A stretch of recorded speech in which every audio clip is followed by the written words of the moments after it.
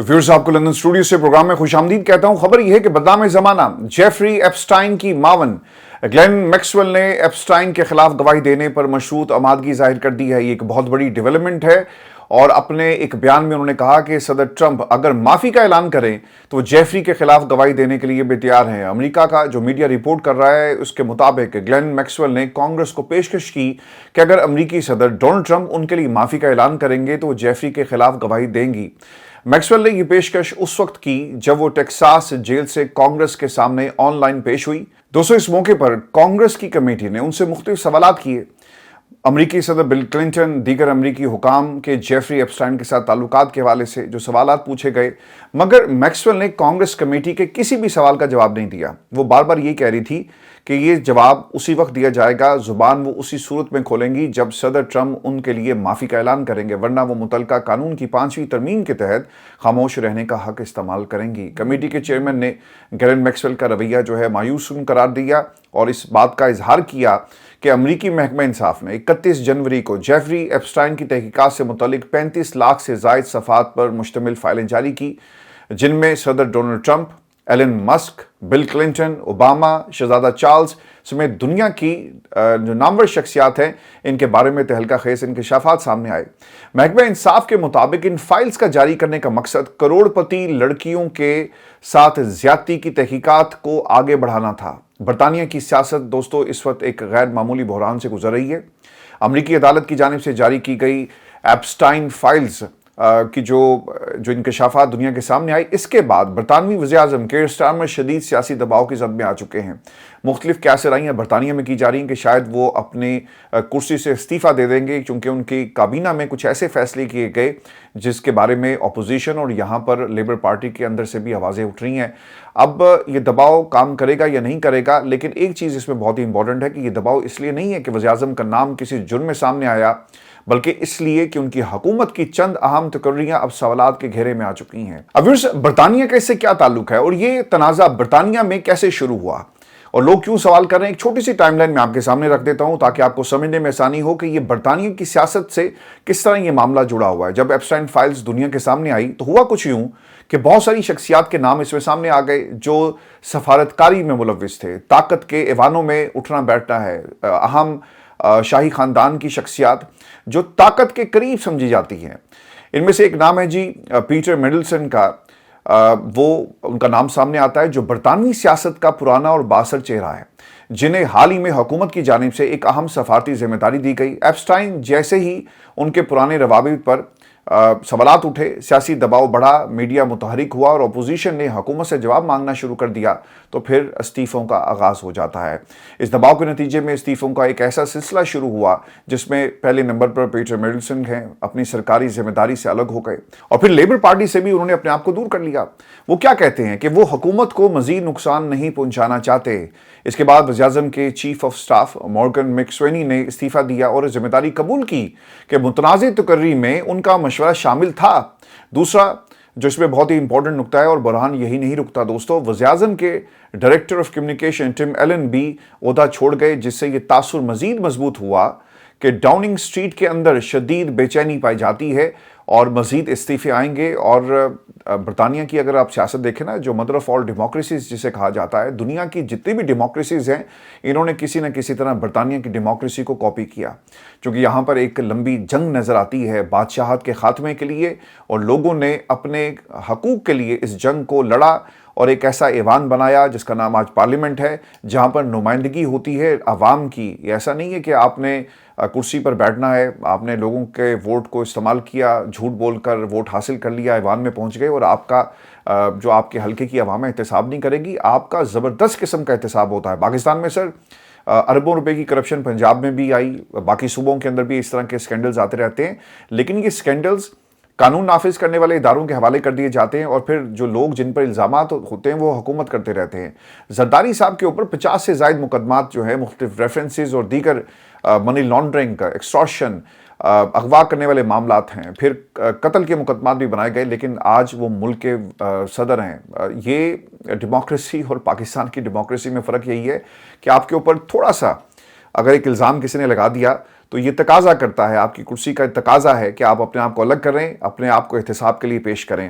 دوستو تیسری چیز اس میں کیا ہے کہ سیاسی دباؤ اور استعفے کے مطالبات، ان استعفوں کے بعد اپوزیشن جماعتوں اور خود لیبر پارٹی کے بعض حلقوں سے یہ آواز بلند ہونے لگی کہ سیاسی ذمہ داری کا تقاضا ہے کہ وزیر اعظم خود اپنا عہدہ چھوڑ دیں۔ اسکاٹش لیبر کے رہنما سمیت کئی سیاسی شخصیات نے کھل کر اس پر بات کی کہ یہ بحران قیادت پر عدم اعتماد کی علامت بن چکا ہے۔ اب وزیر اعظم کا اس میں موقف کیا ہے یہ بھی میں آپ کے ساتھ شیئر کر دیتا ہوں۔ ان تمام حالات کے باوجود کیئر سٹارمر وزیر اعظم نے یہ واضح کر دیا، اعلان کیا کہ میں استعفیٰ نہیں دوں گا، مجھے عوام نے مینڈیٹ دیا اور میں اس ذمہ داری سے پیچھے نہیں ہٹوں گا۔ وہ مزید یہ بھی کہتے ہیں کہ ایپسٹائن نہ وہ اس کا کیس کا حصہ ہے اور نہ ہی ان کا اس سے تعلق ہے اور نہ ہی حکومت کسی غیر قانونی عمل میں ملوث ہے۔ البتہ شفافیت کے لیے ہر سوال کا جواب دیا جائے گا اور ہم تیار ہیں۔ اب جو پولیٹیکل ایکسپرٹس ہیں، برطانیہ کی سیاست کو جو بہت قریب سے دیکھ رہے ہیں، سمجھتے ہیں، ان کے مطابق یہ بحران کیئر سٹارمر کی قیادت کا سب سے بڑا امتحان ہے۔ اگر مزید دستاویزات سامنے آئی یا پارٹی کے اندر بغاوت بڑھی تو دباؤ ناقابل برداشت ہو سکتا ہے، لیکن فی الحال حقیقت یہ ہے کہ استعفے ہو چکے مگر وزیر اعظم وہ برقرار ہیں۔ اور شبانہ محمود کا نام سامنے آ رہا تھا اور یہ کہا جا رہا تھا کہ شاید یہ برطانیہ کی پہلی مسلمان وزیر اعظم خاتون جو ہیں وہ بننے جا رہی ہیں، لیکن دوستو ابھی معاملات اس طرف نہیں گئے۔ برطانیہ کے اندر جو اب تک کی ڈیولپمنٹس ہوئی ہیں اس کے مطابق پرائم منسٹر نے انکار کر دیا چونکہ ان کا نام نہیں آیا۔ ان کے کچھ ایسے فیصلے جن لوگوں کا نام آیا ان کو اوبویسلی اس میں بلیم کیا جا رہا ہے اور انہوں نے اس کی قیمت ادا کی اور وہ حکومت سے الگ ہو گئے اور وہ اب پارٹی کا بھی حصہ نہیں ہے۔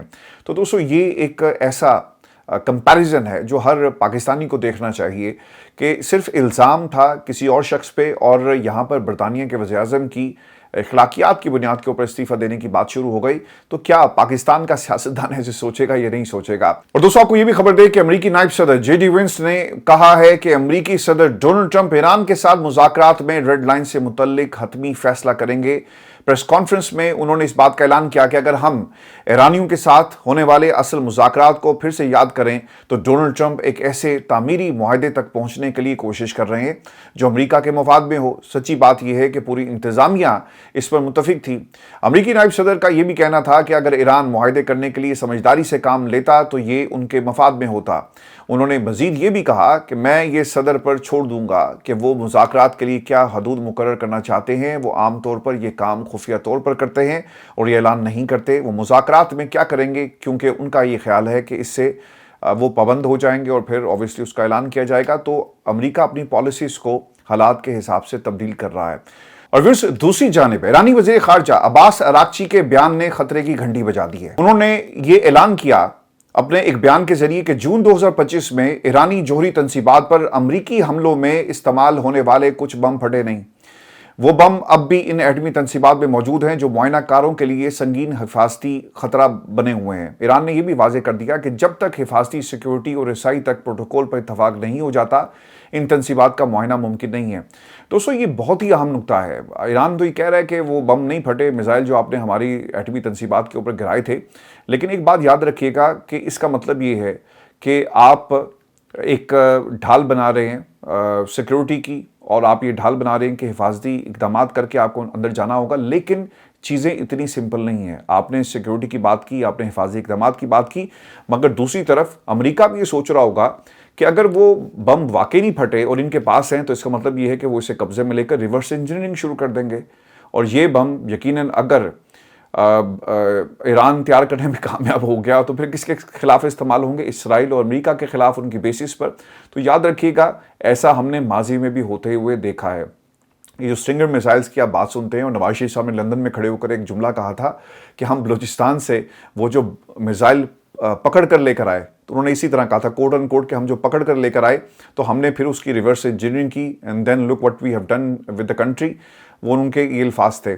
تو اب دیکھنا یہ ہوگا کہ وہ جو ریورس انجینئرنگ اگر ایران کرتا ہے اور یہ ٹیکنالوجی ان کے پاس آ جاتی ہے تو یقیناً ایران کا دفاع مزید مضبوط ہوگا۔ دوستو اب ان تنصیبات کا معائنہ ممکن ہے یا نہیں، لیکن ایک چیز میں آپ کو ضرور بتا دوں کہ امریکہ نے گزشتہ برس ایران کی 3 اہم جوہری تنصیبات پر حملے کیے، جن میں फरूद है, अस्फ़हान है और एक और जगह जहाँ पर ये एटमी तनसीबात जिनके ऊपर हमला किया गया, ये तनसीबात को ईरान की यूरेनियम अफसूदगी और जोहरी टेक्नोलॉजी के प्रोग्राम का मरकज़ समझा जाता है। और फिर आपको ये भी खबर दें कि गजा के बाद इसराइल ने मगरबी किनारे का रुख कर लिया है और अपने मज़मूम मंसूबे पर अमल करते हुए मगरबी किनारे को अपने अंदर ज़म करने का ऐलान कर दिया। नेतन्याहू कई माह से खुल्लम खुल्ला इस बात का ऐलान करते आए और पहली बार अमेरिका ने इसराइल के किसी मंसूबे की मुखालफत की है।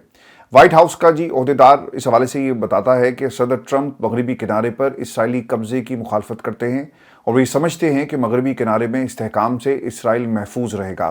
व्हाइट हाउस के ओहदेदार ने मजीद ये भी कहा कि फ़लस्तीनी इलाकों में इस्तेहकाम खित्ते में क़याम अमन की अमेरिका की जो कोशिश है इसे अमरीकी हदफ के मुताबिक है, यानी जो अमेरिका का प्लान है इसके मुताबिक ये सब कुछ किया जा रहा है। और दूसरी जानिब बरतानवी हुकूमत की तरफ से ये भी एक बयान दिया गया कि मगरबी किनारे पर कब्ज़े को वुसअत देने के इसराइली काबीना के फैसले की हम मज़म्मत करते हैं और फ़लस्तीन की जोग्राफियाई साख्त को यकतरफ़ा तौर पर तब्दील करने की कोशिश नाकाबिल कबूल है। बरतानवी हुकूमत का ये भी कहना है, जो उन्होंने मौक़िफ़ इख्तियार किया इसराइल के ख़िलाफ़, कि ऐसी कोई भी कोशिश अगर होती है तो बैन अक़वामी क़वानीन से ये मुतसादिम होगी। इसराइल से मुतालबा करते हैं कि वो इन फ़ैसलों को फ़ौरी तौर पर वापस ले। और दोस्तों, मैं आपको ये खबर भी दे दूँ पाकिस्तान के हवाले से, पाकिस्तान समेत 8 मुस्लिम ममालिक ने मकबूजा मगरबी किनारे में इसराइली इक़दामात की शदीद अल्फाज में मज़म्मत करते हुए आलमी बरादरी से इसराइल को ख़तरनाक इक़दामात रोकने का मुतालबा कर दिया है। तो ये डेवलपमेंट्स है जी इसराइल, बरतानिया और अमेरिका के हवाले से। और एक इसमें बांग्लादेश की खबर भी आपके साथ शेयर करता चलूँ। मेरी बहुत ख्वाहिश थी कि मैं बांग्लादेश जाकर आप तमाम दोस्तों के लिए वहाँ से रिपोर्टिंग करता, और इनकलाब के बाद ये पहला इंतखाब है, वहाँ का नौजवान क्या सोच रहा है, लेकिन अनफॉर्चुनेटली सेहत के कुछ मसाइल की वजह से मैं ट्रैवल नहीं कर सका। लेकिन मैं आपको एक खबर ये दे दूँ, यूरोपीय यूनियन ऑब्जर्वेशंस मिशन ने एक रिपोर्ट जारी की और उन्होंने बांग्लादेश में 12 फरवरी को होने वाले आम इंतखाबात से पहले जो माहौल है इसे मुस्बत करार दे दिया।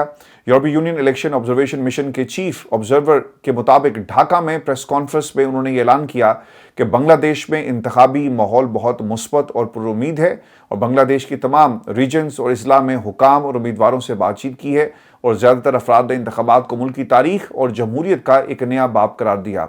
यूरोपीय यूनियन ने बांग्लादेश के इंतखाबात के लिए अब तक का सबसे बड़ा 200 ऑब्जर्वर्स का मिशन जो उन्होंने बांग्लादेश में भेजा, और यूरोपीय पार्लियामेंट के 7 अरकान पर मुश्तमिल वफ़द भी मिशन के तहत इस वक्त ढाका में मौजूद है, जिसमें नॉर्वे है, स्विट्ज़रलैंड है, कनाडा के मुबसरीन भी इस मिशन के अंदर शामिल हैं। और दोस्तों, इस हवाले से जो चीफ ऑब्जर्वर ऑफिसर हैं यूरोपीय मिशन के, वो ये कहते हैं कि EU मशीन पोलिंग वोटिंग की गिनती के लिए 90 शॉर्ट टर्म मुबस्सिर तैनात करेगा और EU ऑब्जर्वर मिशन इंतखाबात से मुतल्लिक अबूरी रिपोर्ट 14 फरवरी को जारी करेगा। काश आप ये रिपोर्ट पाकिस्तान के इंतखाबात से पहले भी जारी करते, बाद में भी करते, और ऑब्जर्वर्स ने क्या देखा तो आज पाकिस्तान के अंदर भी जमहूरियत होती। ये सर एक इंटरनेशनल इस्टेब्लिशमेंट का एक किया धरा है जो कुछ इस वक्त पाकिस्तान के अंदर हो रहा है, और मीडिया को भी इसी तरह की मुश्किलात का सामना है। जहाँ जहाँ भी आपके ट्रेड के साथ या स्ट्रेटेजिक मफादात वाबस्ता होते हैं ना, वहाँ पर जमहूरियत आपको कंट्रोल नज़र आती है और ऐसी आवाज़ों को दबा दिया जाता है। पाकिस्तान में आवाज़ें दब रही हैं, पीका कानून है, दीगर मामलात आप देख रहे हैं, उसी तरह का काम सर भारत के अंदर भी हो रहा है। और भारत में अब एक खबर सामने ये आ रही है कि भारतीय हुकूमत ने यह ऐलान किया है कि सोशल मीडिया कंपनियों को गैर कानूनी मवाद की निशानदही के बाद 3 घंटों के अंदर इसे हटाना होगा। इससे पहले ये मुद्दत 36 घंटे थी। गैर मुल्की खबर रसां एजेंसी के मुताबिक इस फैसले से मेटा, यूट्यूब और एक्स जैसे आलमी प्लेटफॉर्म्स के लिए कवायद पर अमल दरामद मज़ीद मुश्किल हो सकता है। ये तब्दीलियाँ भारत के 2021 के IT कवानीन में तरमीम के जरिए की गई। ये कवानीन पहले ही बूंदी की हुकूमत और आलमी टेक्नोलॉजी कंपनियों के दरमियान कशीदगी का सबब बन चुके हैं। देखिए, ये केस हमारे ऊपर भी हुआ है और दिल्ली पुलिस हमारे पीछे है और उन्होंने हमारे अकाउंट की शिकायत की थी। But anyway, it doesn't matter. Allah ताला हमें हिम्मत दे। जहाँ पर भी कोई किसी की आवाज़ नहीं बनेगा, जहाँ पर जुल्म होगा, जहाँ पे आपकी जहालत नज़र आएगी, बर्बरियत नज़र आएगी, डेमोक्रेटिक जो वैल्यूज़ हैं वो हमें लोग पामाल करते हुए नज़र आएंगे, हम उनको एक्सपोज करेंगे, चाहे वो दुनिया का कोई भी मुल्क हो, कोई भी ताकत हो और कोई भी सरबराह हो। अपना ख्याल रखिएगा। इजाज़त दीजिए। अल्लाह ने के बाद।